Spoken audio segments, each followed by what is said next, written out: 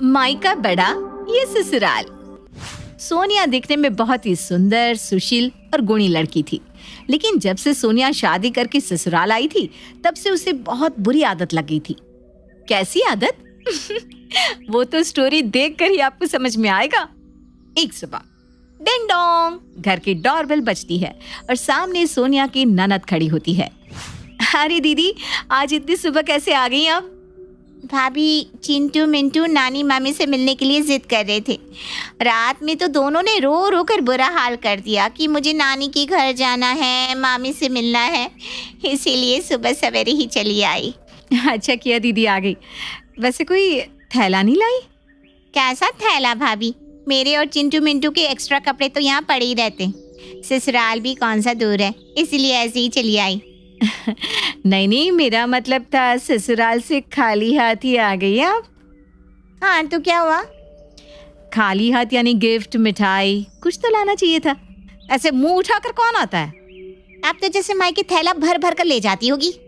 मेरी इतनी अच्छी तकदीर कहाँ, यहाँ से भर कर ले जाने के लिए इस घर में कुछ होना भी तो चाहिए दीदी। मेरे मायके वाले तो वैसे भी अमीर हैं, किसी चीज़ की कोई कमी नहीं है, लेकिन जब मेरी भाभी मायके जाती है ना तो हम गाड़ी भर भर कर मीठा, कपड़े, गिफ्ट और बहुत सारे सामान देते हैं उन्हें। अरे बहू ससुराल से खाली हाथ जाए ये अच्छा थोड़ी ना लगता है। हो गई मायके की बड़ाई, तो दूर हटो, घर के अंदर जाने दो। जब देखो तब मायका पुराण शुरू कर देती हूँ। बहू मायके से ससुराल लेके जाती है सामान, ससुराल से मायके नहीं। आपको तो बस पॉइंट मिल जाए तारीफ का। अब तक तो आप समझ ही गए होंगे कि बहू को आदत है मायके की बड़ाई की। इसी चक्कर में वो ससुराल और मायके में हमेशा तुलना करती रहती है।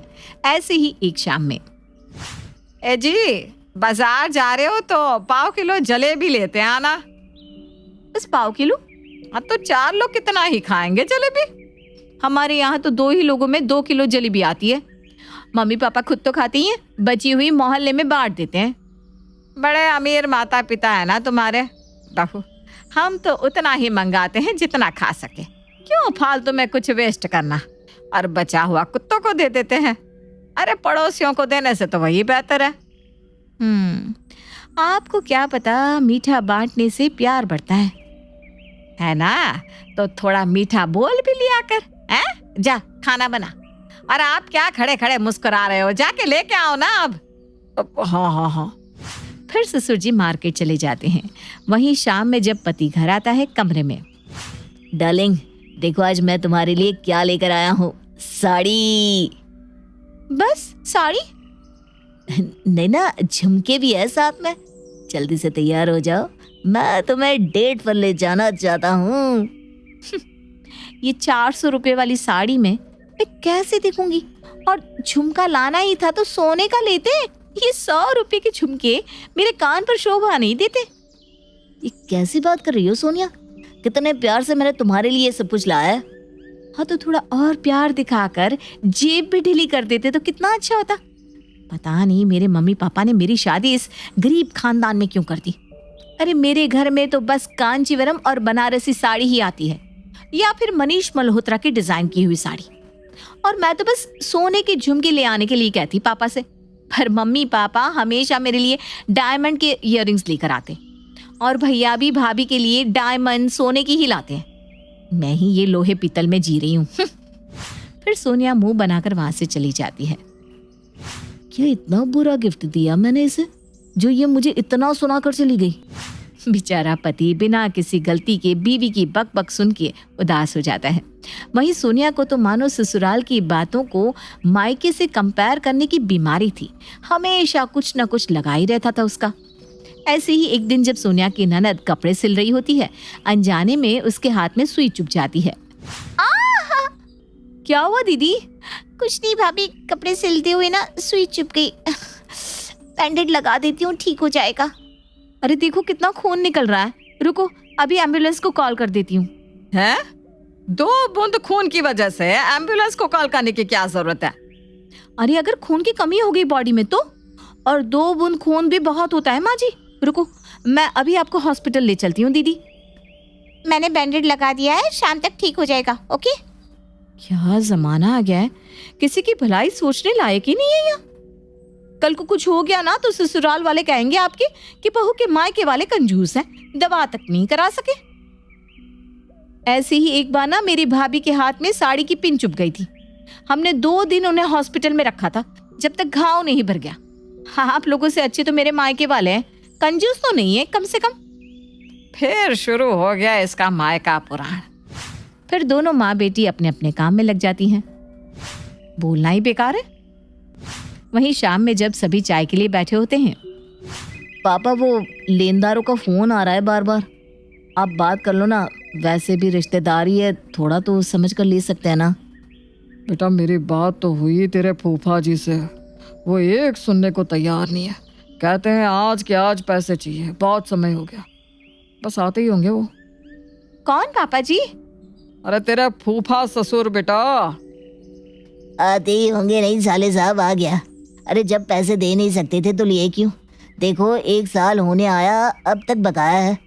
हमारा भी घर परिवार है, ज़रूरत है, कैसे चलेगा बताओ? भैया रिश्तेदारी अपनी जगह है, लेकिन पैसों का हिसाब किताब तो अपनी जगह है ना। हाँ जीजा सही बात है, बस कल परसों में पैसे मिलने वाले हैं तो दे देता हूँ। वैसे भी 10,000 ही तो बाकी है, वो भी ब्याज, मूलधन तो चुकता हो गया है। हाँ तो क्या ब्याज के पैसे भूल जाऊं क्या? परसों आता हूँ, राम राम। फूफा जी पानी तो पी के जाओ। अब जब पैसे मिलेंगे तभी पीऊंगा। कैसे रिश्तेदार हैं आप लोगों के? अरे हमारे तो रिश्तेदार पैसे दे के भूल जाते हैं, और यहाँ देखो मूलधन दे दिया है फिर भी ब्याज के लिए आके खरी खोटी सुना कर जा रहे। खैर गलती भी तो आप लोगों की है। मेरे मायके में तो कभी पैसे लेने की नौबत ही नहीं आती। मम्मी पापा मजबूत सेविंग्स करके रखते हैं। जब इतनी ही जरूरत थी तो मुझे कह दिया होता, मम्मी पापा से मांग लेती। बहू तेरी शादी में गहने बनवाने के लिए ही लिए थे पैसे, तब नहीं थे तो अब मांग ले। अरे माँ जी मांग तो लेती अगर पहले बताए होते तो। मम्मी पापा तो यहाँ है नहीं ना, मालदीव्स गए हैं घूमने। क्या झूठ कहती है बहू। परसों ही समधी जी को मैंने भंडारे में खाना खाते देखा। जहाँ मंदिर का भंडारा हम लोगों ने ऑर्गेनाइज करवाया था ना, वहीं साथ में 4 पूरी एक्स्ट्रा बांध कर ले गए समधन के लिए। ये सुनकर तो मानो बहू की सिट्टी पिट्टी ही गुल हो जाती है। अरे नहीं नहीं पापा जी, ऐसा हो ही नहीं सकता। आपसे पहचानने में गलती हो गई होगी।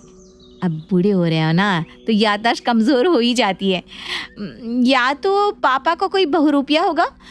वैसे भी ना उनकी अमीरी देखकर 4 लोग और उन्हें कॉपी करते हैं।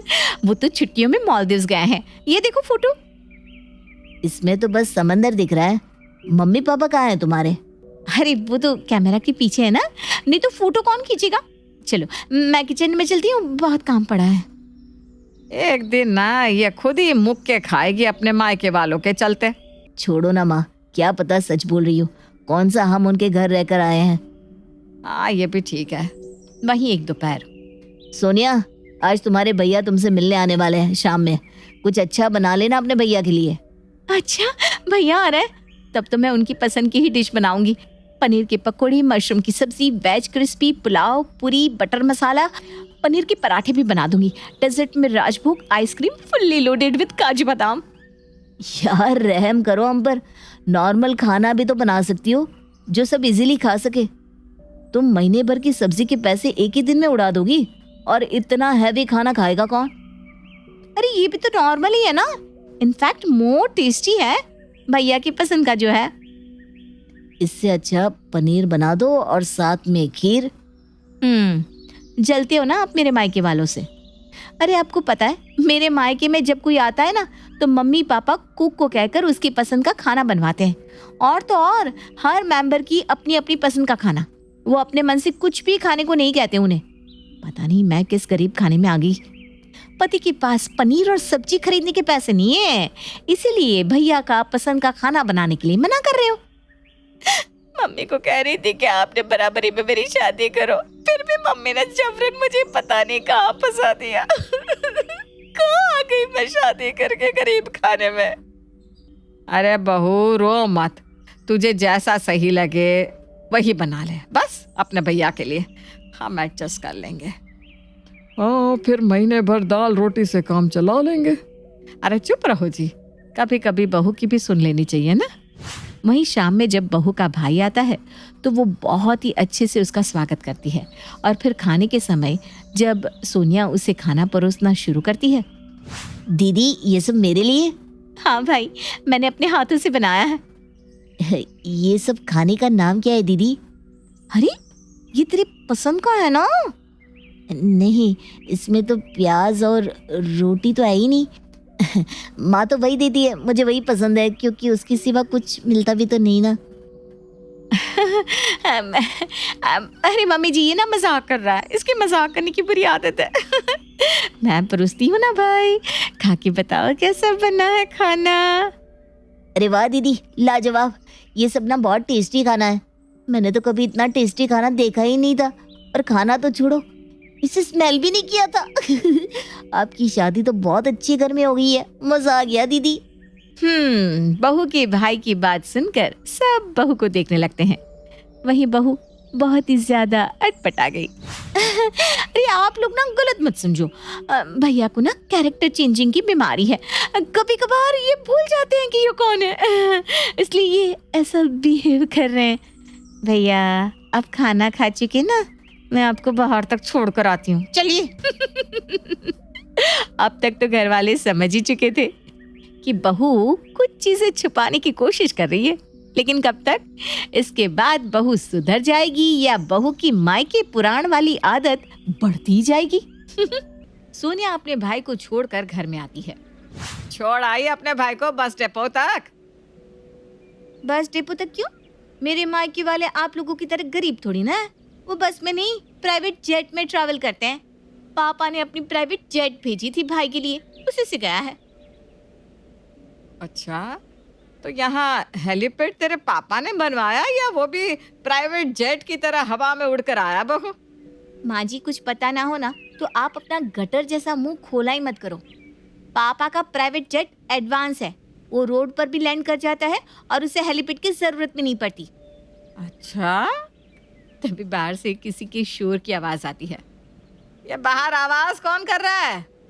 तभी एक पड़ोसन घर के अंदर आती है।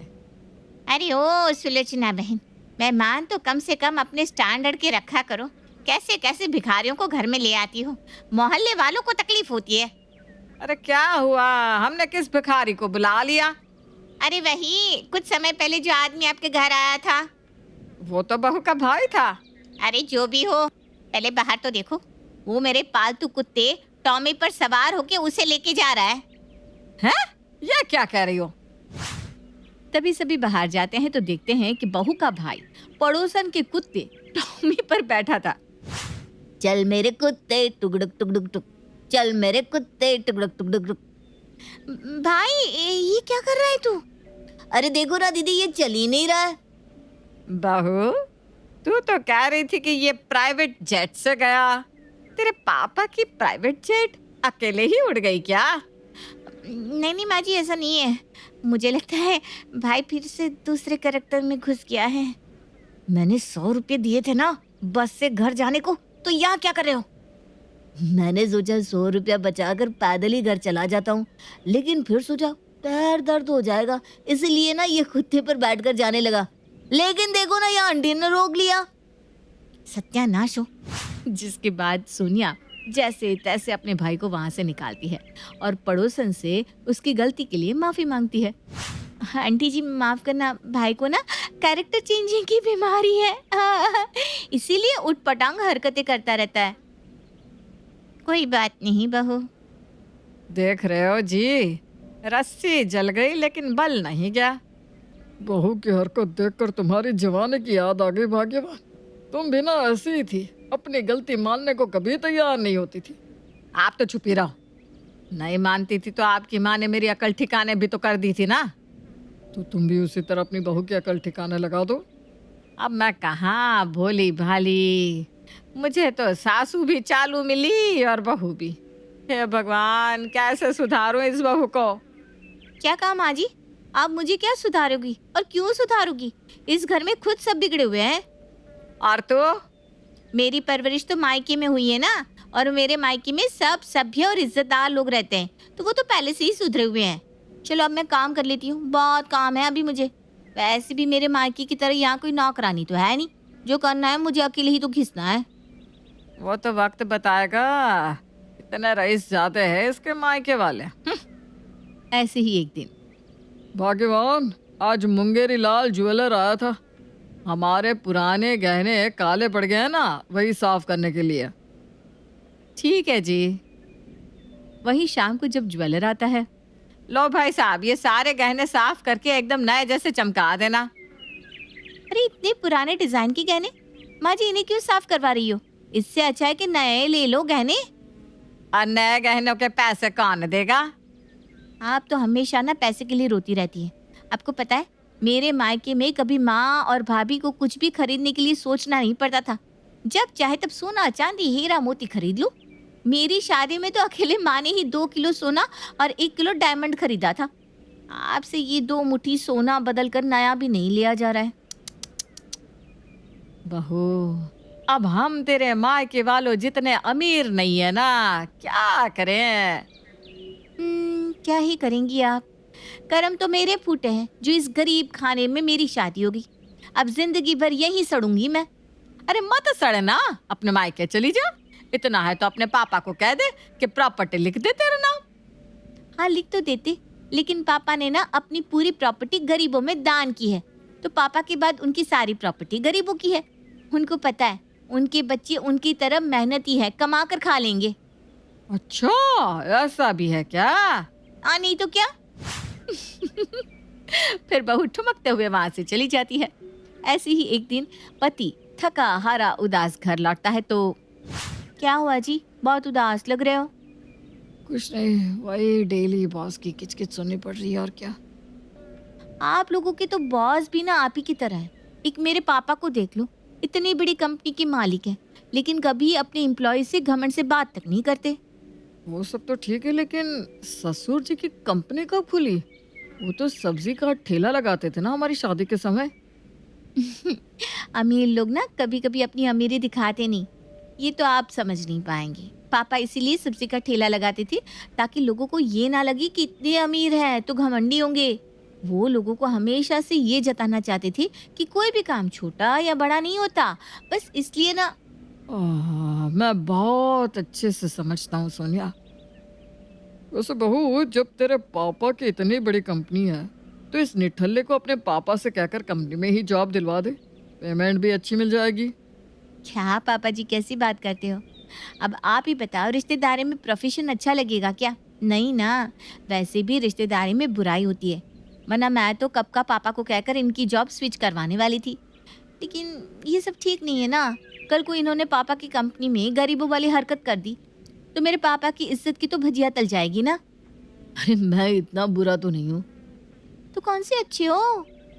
महलों के सपने दिखाकर मुझसे शादी किए और मुझे ला के इस गरीब खाने में पटक दिया। खैर, ये तो बहू की आदत हो गई थी, जिससे अब ससुराल वाले बुरी तरह तंग आ चुके थे। लेकिन किसी को समझ में ही नहीं आ रहा था कि बहू को कैसे सबक सिखाया जाए। वहीं एक दिन, मासी जी कितने दिन हो गए आपसे मिले हुए, अब आप इसी शहर में हो तो मेरे ससुराल आ जाओ ना। अब तू इतना कह रही है बेटा तो मैं मिलकर ही जाती हूँ तुझसे। वैसे भी ना मेरी फ्लाइट की टिकट 1 हफ्ते बाद की है। ठीक है मौसी जी। जिसके बाद सोनिया घर को सजाने में लग जाती है। बहू, अभी तो दिवाली भी नहीं आई, घर क्यों सजा रही है? इस गरीब खाने को थोड़ा ढंग का बना रही हूँ। मेरी मौसी आ रही है, देखेंगी तो क्या सोचेंगी, किस गरीब घर में मेरी शादी हो गई है। जब देखो तब बुराई ही करती रहती है। न जाने किस मनहूस घड़ी में मैं इसे अपनी बहू बनाकर ले आई। इसी तरह सास बड़बड़ाकर वहां से चली जाती है। वहीं बहू बड़बड़ाते हुए घर का काम करने लगती है। शाम को जब डोरबेल बजती है, देख तो बहू कौन आया है। मेरी मौसी आने वाली थी ना, वही आई होंगी। बहू दरवाजा खोलती है तो सामने खड़ी थी मौसी। सोनिया जाके झट से मौसी को गले लग जाती है। अरे मौसी, कितने दिनों बाद दिखी आप। मैं बहुत खुश हूँ आपको यहाँ देखकर, सच में। बहू बोले जा रही थी, लेकिन मौसी है कि कोई रिप्लाई नहीं दे रही थी। उनका तो मुंह का ढक्कन खुला हुआ था और वो बस घर को देखे जा रही थी। क्या हो गया मौसी, ऐसे क्या देख रही हो? जानती हो मम्मी पापा ने मुझे इस गरीब खाने में उठाकर पटक दिया है, अब क्या कर सकती हूँ। आइए, जो है यही है अब। बेटा बहुत अच्छा है जो है, और इससे बेहतर क्या चाहिए तुझे? जानती हूँ, शादी के बाद तो सब सांत्वना ही दे सकते हैं। चलिए आप बैठे मौसी, मैं खाने पीने के लिए लेकर आती हूँ। फिर बहू अपनी मौसी की खातिरदारी में लग जाती है। वहीं मौसी बैठकर अपनी समधन से बातें करती है, हंसी मजाक करती है। लो मौसी पानी पियो। मौसी फिर से खाने की ट्रे को देखने लगती है जिसमें 2 तरह के बिस्किट और नाश्ता रखा था। मौसी ऐसे मत देखो ना, आप ऐसे देखती हो तो मुझे शर्मिंदगी महसूस होती है। अब मेरा ससुराल मायके से छोटा है तो क्या ही कर सकते हैं। बहुत ही है बेटा इतना, अब इससे ज्यादा मैं क्या ही खाऊंगी, हैं? इतना खा लूं वही बहुत है। अरे इतने में क्या होगा समधन जी, मैं बाहर से जलेबी और कचौरी मंगा लेती हूँ। नहीं नहीं, इतना बहुत है। मौसी के मना करने के बाद भी सास बाहर से नाश्ता मंगाती है और जब तक मौसी घर में रहती है सब उनकी खूब खातिरदारी करते हैं और खातिरदारी होते देख मौसी बस देखती ही रह जाती है। वहीं बहू हमेशा गरीबी वाला डायलॉग चिपकाती रहती है और जब मौसी के जाने का समय होता है, बेटा अब मैं चलती हूँ, मेरी फ्लाइट का समय हो गया। जी मौसी, आराम से जाना, मैं बहुत मिस करूँगी आपको। मैं भी बेटा। अरे समधन जी ऐसे कैसे जा रही हैं आप? क्यों, क्या हुआ? रुकिए मैं अभी आई। फिर सास कमरे में जाके मौसी के लिए साड़ी, मिठाई और विदाई के पैसे ले आती है। ये लीजिए। अरे अरे, ये क्या है? आप तो मुझे शर्मिंदा कर रही है बहन जी। घर में आए मेहमान खाली हाथ नहीं जाने चाहिए। अरे पर बहुत बहुत शुक्रिया। मौसी जानती हूँ मेरे मम्मी पापा जितना नहीं है, लेकिन अब जो भी है रख लीजिए। बस कर सोनिया, कितनी हाकेगी बेटा? जब से मैं आई हूँ मायका मायका मायका लगा रखा है बस। अरे एक झोपड़ी है वो भी ढंग से नहीं बनी। मैं तो सोच रही थी बुराई ना करूं, लेकिन अब क्या ही करूं तू ही बता। तेरे घर जब भी आती थी ढंग से पेट भर खाना भी नहीं मिला, विदाई तो दूर की बात, और यहाँ तेरी सास विदाई, कपड़ा, मिठाई सब दे रही है। सच में सोनिया बेटा, तेरे तो भाग्य खुल गए इतना बड़ा ससुराल पाके, वरना तेरी माँ जैसा हाल होता तेरा भी। चलो चलती हूँ मैं, नमस्ते। खैर मौसी जी तो चली गई, लेकिन जाते जाते बहू के मुंह पर ताला लगा कर गई। सोनिया को इतनी शर्मिंदगी महसूस हुई कि उस दिन के बाद सोनिया ने मायके की झूठी बड़ाई करना एकदम से छोड़ दिया। हाँ,